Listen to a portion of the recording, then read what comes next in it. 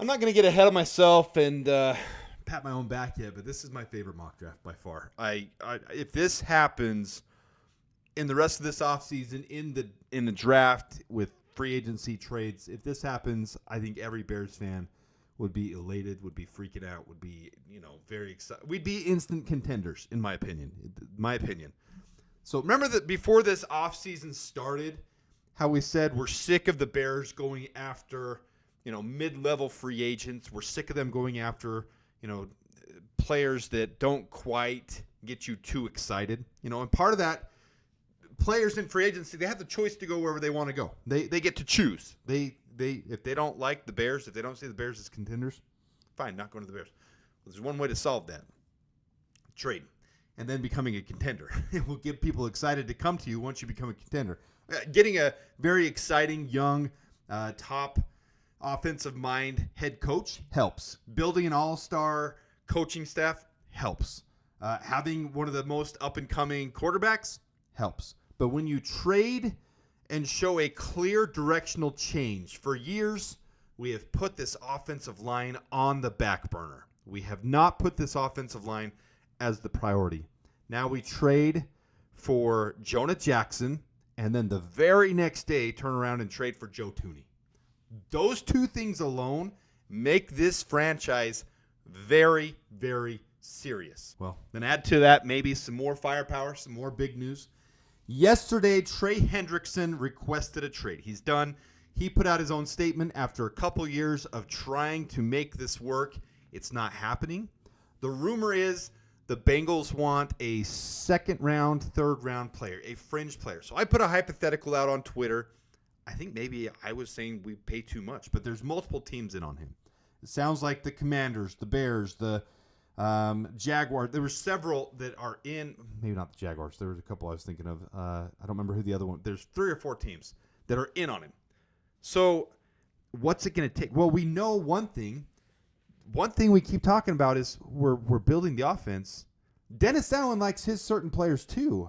And over there on the right, you see reunited ? From 6 Point Sports. I think it was a really good way to put that out there. Trey Hendrickson was with Dennis Allen.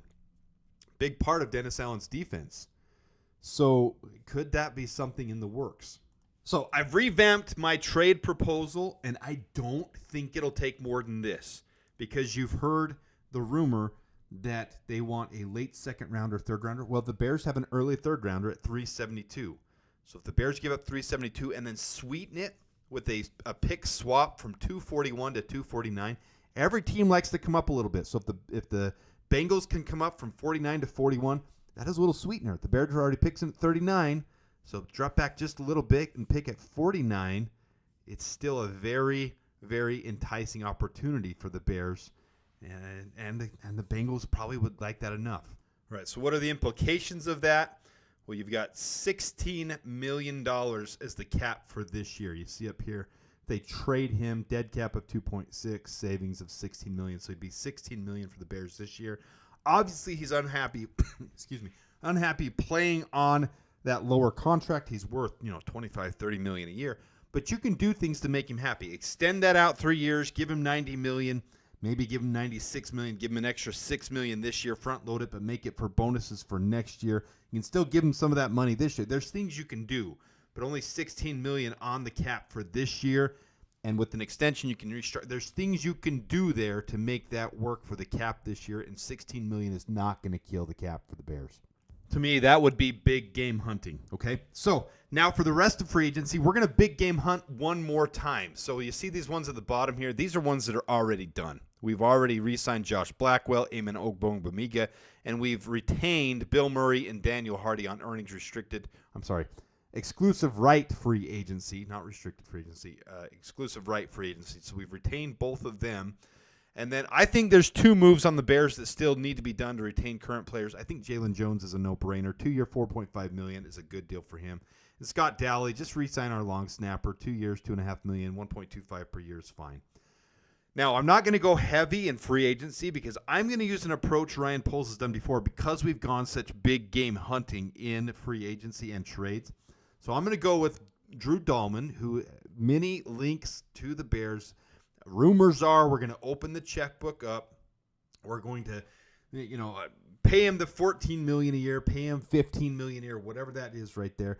Rumor is we're doing that. Now, other teams are in on that mix too. You hear that the Niners, with his connections, they're in on the mix. But if the Bears pay him enough, he'll want to be excited to come to this situation we're having. So Drew Dahlman, I'm going to say we're going to do what it takes to get him on Monday morning. We're going to get Drew Dahlman. Other than that, I'm going to take Rondale Moore, and that is it for free agency. The rest we're going to build through the draft. And I know I'm the one who's been preaching we have all these needs. We need 15 more spots. We need 16 more spots. Well, when you sign Scott Dowley and sign Jalen Jones, Drew Dahlman, Rondale Moore, still leaves a lot of holes for the roster. But remember, Ryan Poles is not adept to trading down. Now, I feel like 2022, and this is from the 2022 draft, I feel like this was more out of necessity for lack of draft capital, rebuilding a roster that he traded. You can see here, the Bears traded 148 for 168 and 203, so got an extra draft pick there. They also traded a future sixth-rounder for 2 seventh-rounders at the end of the draft, and then they traded 150 for 166 and 207, traded 166 again, turned around and traded the same one they traded for 174 and 226. So he was exacting a lot of trade value in the 2022 draft. I feel like he can do that same thing he needs to in this draft, and it won't be quite as expensive. So that's my basis for this one. And I'm not going to go crazy, but I'm just going to say he's going to extract a little bit of value. And you hear the rumors right now with Ashton Genty and the Cowboys and the Raiders and the Bears. I think the only reason the Bears would even bring Ashton Genty in for a visit, there's obviously a little bit of appeal there. You want to get to know him and whatnot. But even with him being on the record saying it's too cold in Chicago, I can't do that. Quote, that is a quote from Ashton Genty. I can't do that in Chicago. Well, if the Bears meet with him at the Combine, if they bring him in for a top 30 visit, they generate that interest. Every team's excited. Well, the Cowboys have a clear need at running back. We just trade down a couple spots. This is very common to just trade. Okay, we're going to trade a few spots, exact a third-round pick out of them. We already gave up our third-round pick for Trey Hendrickson. Well, we just got it back by trading down 2 spots. Then we're going to exact more value by trading down from 12 to 118. I know it's not common, the double trade down, but we're doing it. We're going to exact some value. For that trade down from 12 to 18, we're going to get a 250 and a 187. And it works because the Seahawks have enough draft capital. They have a ton of capital in this year's draft. Giving up a 6th-rounder and a 2nd-rounder is not a big deal for them to come up and get the guy that they want. And on that same return, the Bills have 10 draft picks in this draft, and they have a couple right there at the end of the 2nd round. If there's a guy they want to come up for, they're picking it 262 as well. So if they see themselves at 56 and 62 and say, hey, we want to come up to 50, they could give up another pick and then still pick at 250 and 262 and give up just a small trade down for it when they have 10 draft picks in this draft. So this is just an example, hypothetical. What if, and Ryan Poles then turned 110 into 4 extra draft picks by going this route, trading down to 112, trading that into these 3, trading 250 into an additional 1, gives us 4 extra draft picks. So we were at 7 picks, and now we're going to get some extra value. And with that, I haven't been doing the individual player profiles. I feel like I should on this one, though, so I feel bad. But I've just, because we did so many player profiles in the beginning, but these are a bunch of new names I haven't highlighted as much. I really like this draft. I really like this a lot. If you guys didn't see, Jonah Savainia, Arizona tackle, who will be a guard at the next level. At the Combine, he did really well. Not just in his 40. He had, I think, the 3rd quickest offensive line 40 time, and for a big boy, that's really impressive. But his individual drills, he was really fluid. Those aren't things you're going to see metrics on or measurements or official scores for. But when I was watching the Combine and I watched him, he's very fluid. So I really like watching him, and I like him as a prospect to develop behind Jonah Jackson. So being able to have him come in, or even Joe Thuney, having them develop behind them and develop a guard for the future, I like that a lot. Quinshon Judkins, I think, is the most well-rounded, maybe not the most dominant in one singular category. Actually, maybe he is in his receiving ability and his ability to cut and move laterally is actually absolutely, and he has good contact. I think he's just the most well-rounded running back And he's going to fall right here in this range, right in this mid-second round range. So I'm going to go ahead and have the Bears take Quinshon Judkins in this one and then get our nose tackle right after that with these trade downs, Alfred Collins. So we're filling multiple needs here. Offensive tackle, offensive guard, running back, defensive tackle, then Mason Taylor, who we met with at the Combine. Many of these guys we met with at the Combine, actually. Alfred Collins as well we met with at the Combine. And then we're going to fill the linebacker role that we've let Jack Sanborn go with Chris Paul, who I'm very high on, and I think eventually could replace Tremaine Edmonds next year if Tremaine Edmonds isn't working out. Antoine Powell-Ryland, I know we like the idea of taking a defensive end high, but if we trade for Trey Hendrickson, I don't think we're doing that because you got Montez Sweat and Trey Hendrickson. You take one of these deeper defensive ends and you develop them behind, just like we are with Austin Booker. So Antoine Powell-Ryland, Austin Booker, both a ton of upside. Both of them very similar in their upside, but can develop behind as well. Dante Thornton was the one who's 6'5", just not a disciplined route runner, needs a lot of help at the next level, but a 4.3 40 time. Drafting a 6'5" guy at 4.3 in the 6th round, he may jump even higher than that. Most of them had him as an undrafted free agent before the Combine. The Combine, he absolutely showed off. So we'll see if he goes higher than this. But we're going to take him while his stock's still a little bit lower. And there's so many good options in this draft. This might be exactly where he goes. Riley Mills, with his injury out of Notre Dame, I think he's primed to fall right in the 7th round range. Good 3-tech to develop behind Gervon Dexter. Be able to have rotate in when he was playing beforehand. Pretty impressive how he's been coming along at Notre Dame, and I think there's still a lot more. Doesn't have the elite burst, but he's very disciplined, and I think he would be a good option to develop behind Gervon Dexter. And then Drew Kendall at center. We're not going to need a high caliber center if we take Drew Dahlman, so we're going to take Drew Kendall. And remember, we still have some other players, down in the practice squad that are developing too, but you've got them all behind Drew Dahlman at this point. I like this draft a ton. So there's how it shakes out. We didn't take a safety, but we could take one in undrafted free agency, and we're set this year. So it's not like we're hurting this year, but we do need to focus on that in the future. So here's all the needs that are filled. Josh Simmons, Jonah Savania, Quinshon, I think it's the first time I've said his name right. Quinshon Judkins, Alfred Collins, Mason Taylor, Chris Paul Jr., Antoine Powell-Ryland, Deontay Thornton, Riley Mills, and Drew Kendall. This is not the salary cap. So how does the salary cap shake out after all those moves? Salary cap quickly on this one. Not a lot to break down here, but it does pan out. Doing all these trade downs, going after the big name targets. That's kind of what we hoped for before this offseason, right? Maybe we didn't see it through multiple trades, but we hoped there would be going big game hunting, and that's what the Bears have done so far. Well, in this scenario, big game hunting and then trade down draft picks to acquire more draft picks. End up with Quinshon Judkins, who I think is an absolute steal. End up with Dante Thornton, speed, Rondell Moore, speed. See if either of those two pan out. Got DJ Moore and Romo Dunze either way. Cole Kmet, Durham Smythe for blocking, Mason Taylor to develop as a tight end 2. Then we scroll down here. Drew Dahlman, big game hunting. Jonah Jackson, big game hunting. Joe Thuney, big game hunting. And then the rest we draft. And Josh Simmons would replace Braxton Jones.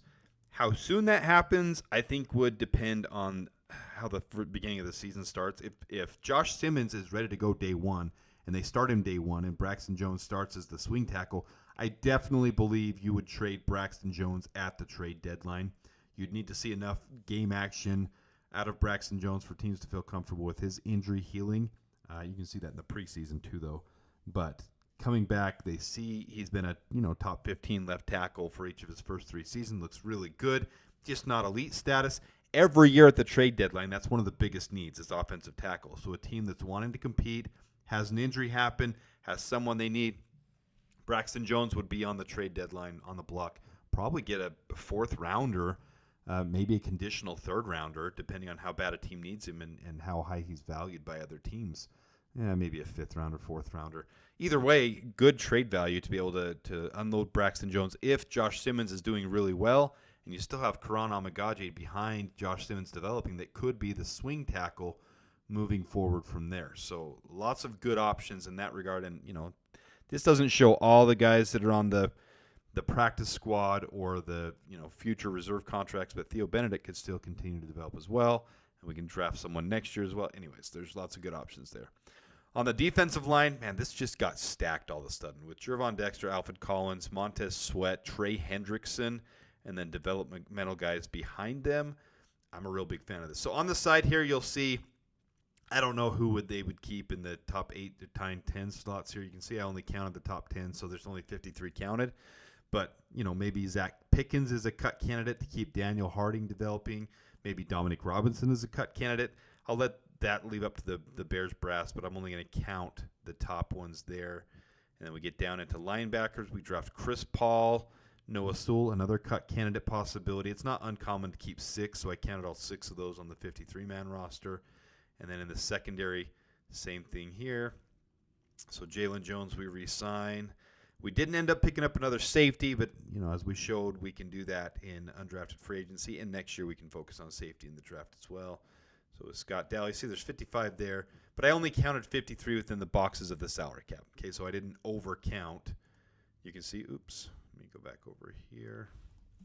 All right, back to normal. I didn't count, this one here, and I didn't count on the offensive line. Maybe they'll trade away Braxton Jones, or Bill Murray will go to the practice squad. So there's options, but I only counted 53 in the actual salary cap here.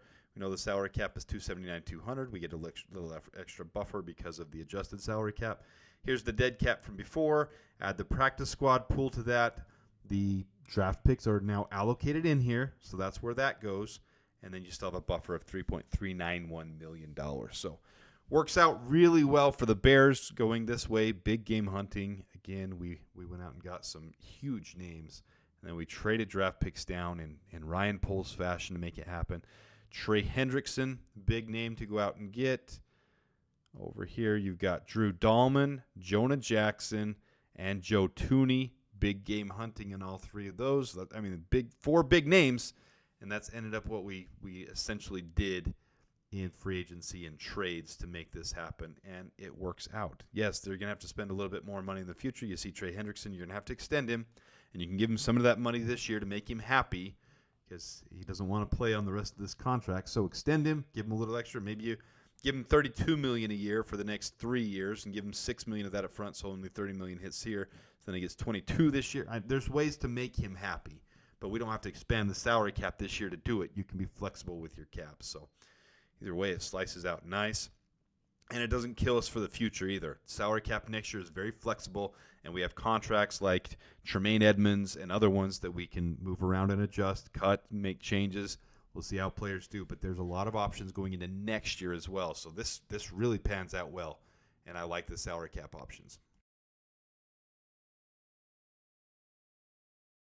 I had the sound muted. As we always do, let's run through quickly and show you how this team stacks out on paper. So the offensive line looks really, this is stacked. This is going to give Caleb the optimal opportunity to show off what he can do on his rookie contract. So I love the aspect of it for this. You've got Josh Simmons at left tackle, Joe Thuney, Drew Dahlman, Jonah Jackson, and Darnell Wright.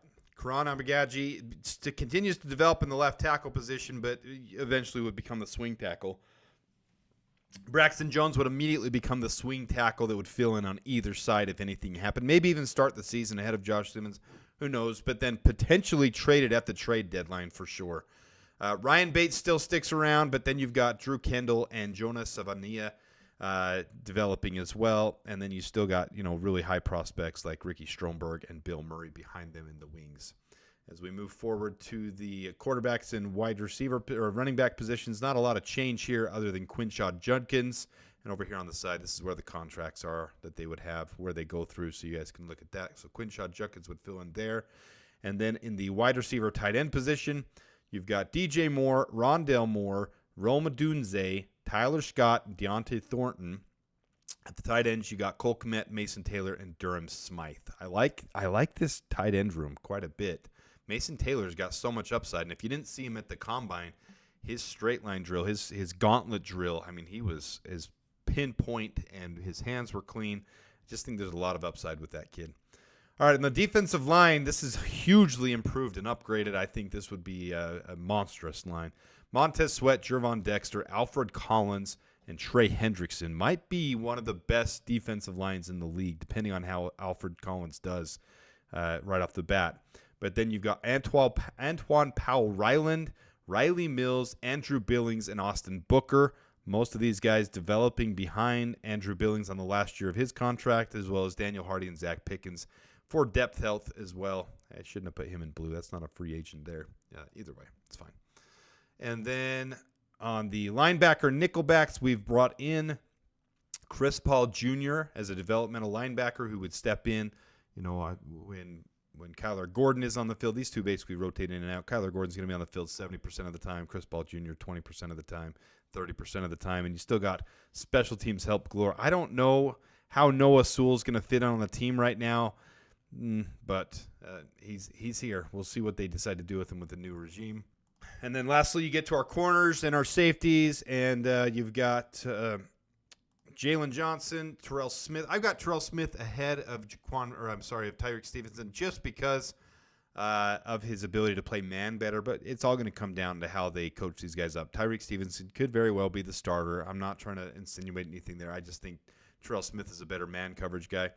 You got Kevin Byard, Jaquan Brisker, Jonathan Owens, and Elijah Hicks. The negative here is every single one of these guys is on the last year of their contract, so that's worrisome. We'll see if I think Elijah Hicks is probably the most primed to get a contract extension because it's not going to be a crazy expensive one, and he's a quality depth piece.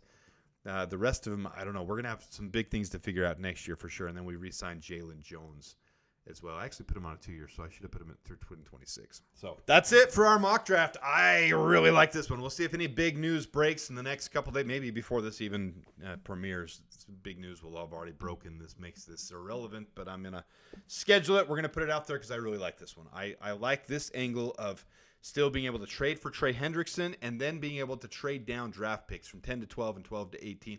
Is it realistic? I don't know. Nobody knows until the draft. Crazier things have happened. Ryan Poles himself has traded down multiple times draft picks to make it work. Are a lot of teams going to be willing to do that? Well, I picked some teams that had a lot of draft picks that might be more willing to move some capital around to move up to get a guy that they want. So with the Bills, and the Cowboys and the Seahawks. So it's possible. Why not dream a little bit until we get to that point? We'll see what happens. Appreciate you guys tuning in. If you don't mind hitting the like button, please do that. If you haven't subscribed, please consider subscribing. I'm going to be here with you guys all through off-season, through the season. We're fully into the second year of this channel, and I appreciate all the support from you guys. Appreciate the support from the members of this channel. Until next time, I appreciate you guys. We will have free agency starts Monday, so I'm going to be going live. I'll post that later. I'll post later when the live schedule. It's going to be right at 4 o'clock Eastern. So until next time, Dub Bears. And bear down.